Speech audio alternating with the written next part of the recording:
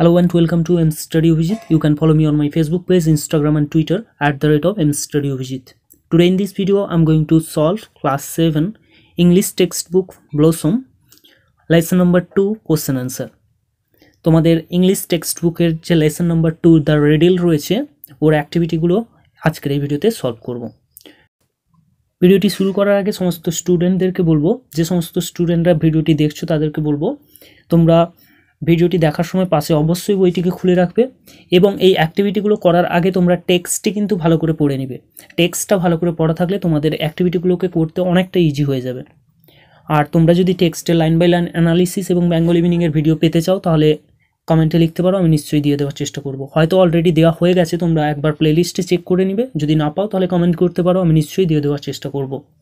চলো ভিডিওটি শুরু করা যাক।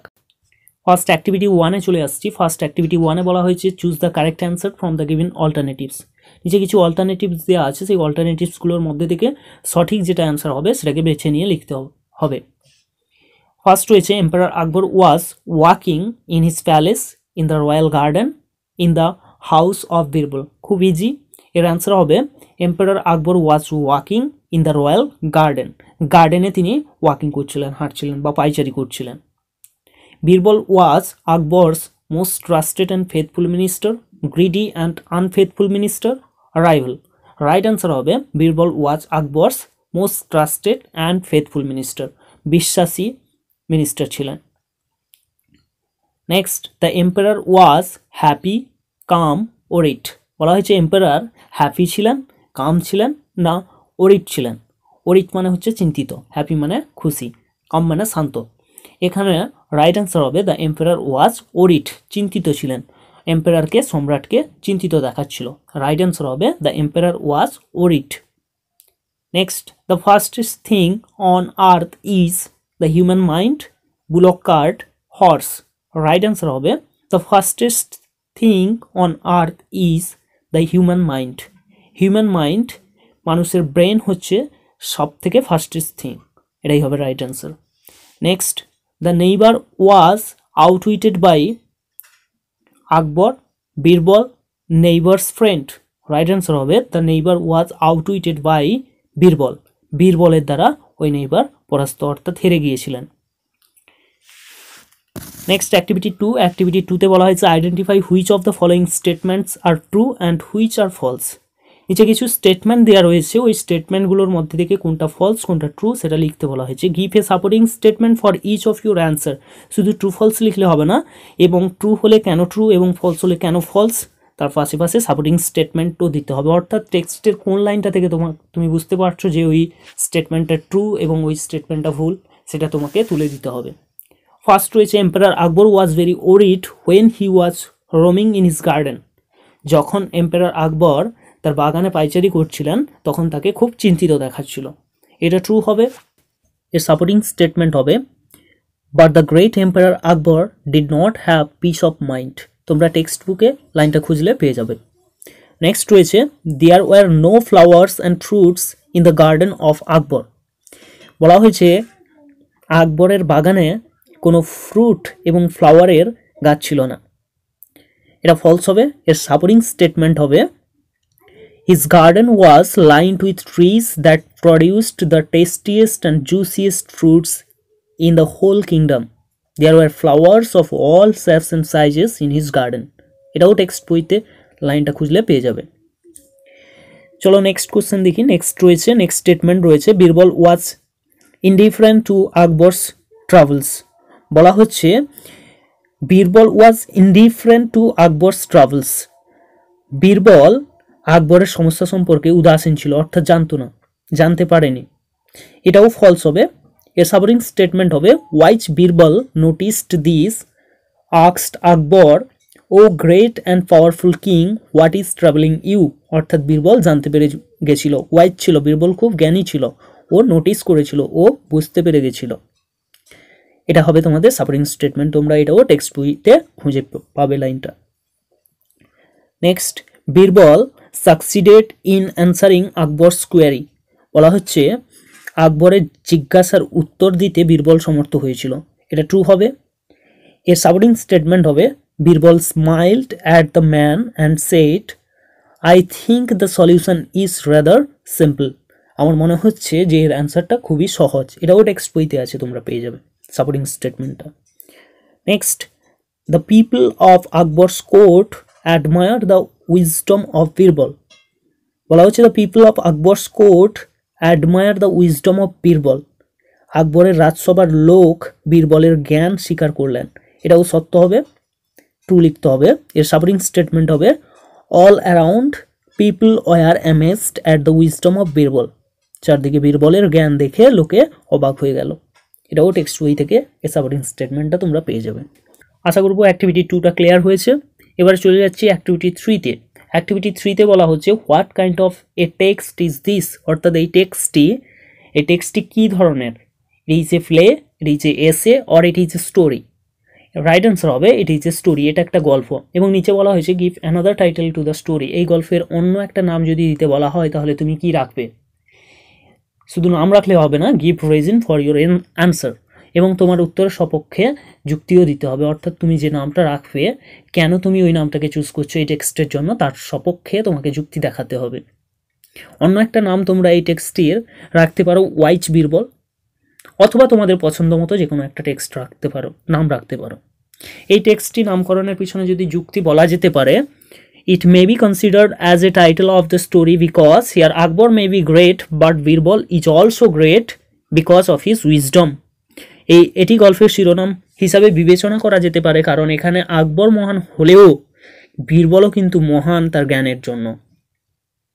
আশা করব বুঝতে পেরেছো। এখানে আকবর মহান একজন কিং হলেও বীরবল তার জ্ঞানের জন্য কিন্তু মহান। তাই এর আর একটা নামকরণ যদি রাখা যায় সেটা হবে কি ওয়াইজ বীরবল। এখানেই কমপ্লিট হচ্ছে তোমাদের অ্যাক্টিভিটি 3 এবং অ্যাক্টিভিটি 4। এবারে চলে যাচ্ছে অ্যাক্টিভিটি 5-এ। অ্যাক্টিভিটি 5-এ বলা হচ্ছে কমপ্লিট দ্য সেন্টেন্সেস মিনিংফুলি। নিচের সেন্টেন্সগুলোকে কমপ্লিট করতে বলা হয়েছে। নিচের সেন্টেন্সগুলো ইনকমপ্লিট রয়েছে, সেগুলোকে কমপ্লিট করতে হবে। ফার্স্ট রয়েছে Akbar asked Birbal dash. Answer হবে Akbar asked Birbal to settle the dispute.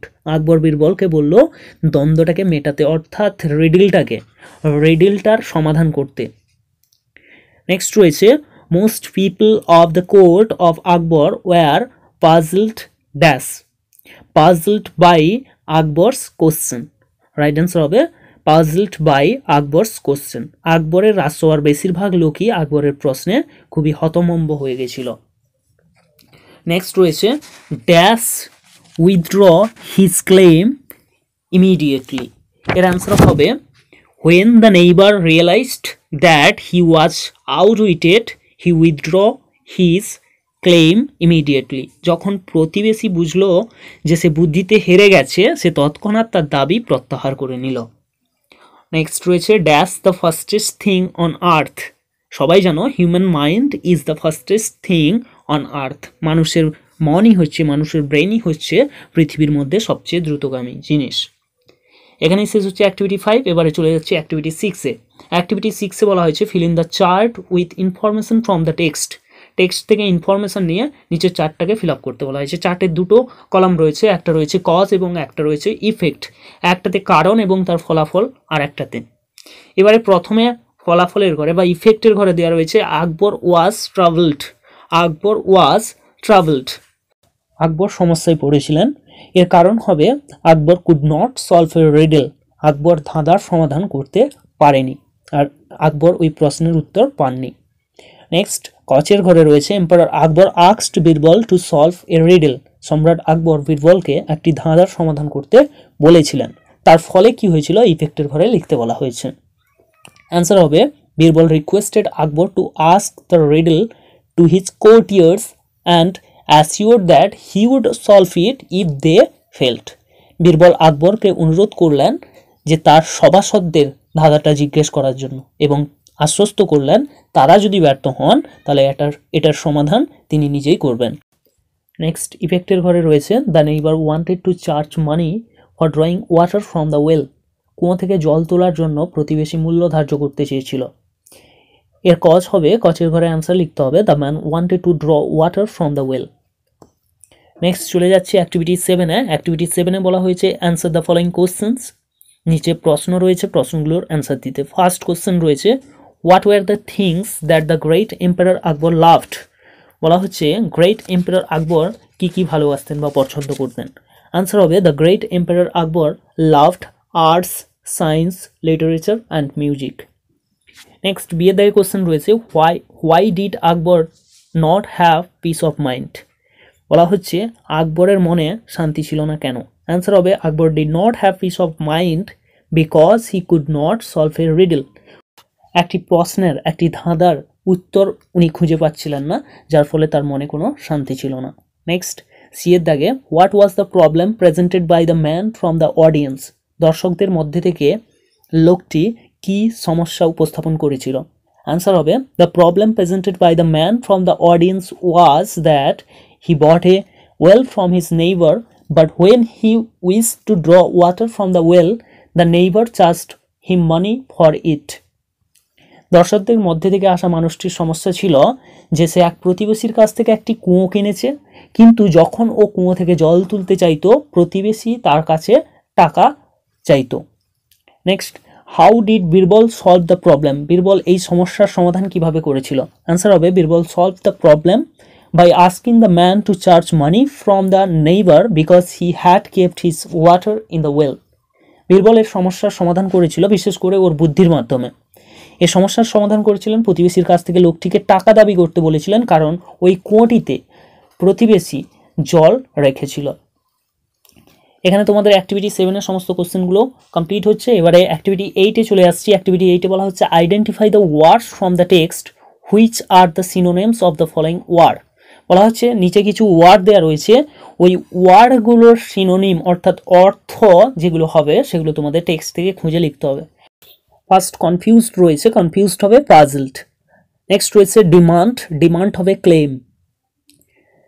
Next argument, argument হবে ডিসপিউট। নেক্সট সারপ্রাইজড, সারপ্রাইজড হবে অ্যামেজড। এখানেই কমপ্লিট হচ্ছে অ্যাক্টিভিটি 8। তোমাদের টেক্সচুয়াল কোশ্চেনগুলো অর্থাৎ লেসন 2 এর দ্য রেডেলের যে টেক্সট থেকে থাকা কোশ্চেনগুলো কিন্তু অ্যাক্টিভিটি 8 পর্যন্তই আছে। অ্যাক্টিভিটি 9 থেকে তোমাদের গ্রামাটিক্যাল কোশ্চেন রয়েছে। অ্যাক্টিভিটি 9 থেকে গ্রামাটিক্যাল কোশ্চেনগুলো পরের ভিডিওতে সলভ করার চেষ্টা করব। আজকে এই পর্যন্ত। আশা করব সমস্ত অ্যাক্টিভিটিগুলো ভালো করে বুঝতে পেরেছো। যদি কোনো অ্যাক্টিভিটিতে কোনো সমস্যা থেকে থাকে অবশ্যই কমেন্টে জানাও, আমি নিশ্চয়ই সমাধান করে দেওয়ার চেষ্টা করব। আর টেক্সটির লাইন বাই লাইন অ্যানালিসিস এবং বেঙ্গলি মিনিংয়ের ভিডিও যদি তোমরা প্লেলিস্টে খুঁজে না পাও তাহলে কমেন্টে লিখতে পারো, আমি নিশ্চয়ই ভিডিওটি যত তাড়াতাড়ি সম্ভব দিয়ে দেওয়ার চেষ্টা করব। আর ভিডিওটি কেমন লাগলো অবশ্যই কমেন্টে জানিও, আর বন্ধুদের সঙ্গে অবশ্যই শেয়ার করো, এবং চ্যানেলে নতুন হয়ে থাকলে চ্যানেলটিকে সাবস্ক্রাইব করে পাশে থাকা নোটিফিকেশনে অল অপশান সিলেক্ট করে দিও, যাতে এই ধরনের পরবর্তী ভিডিওগুলির নোটিফিকেশন সবার প্রথমে তোমার কাছে পৌঁছে যায়। টাটা।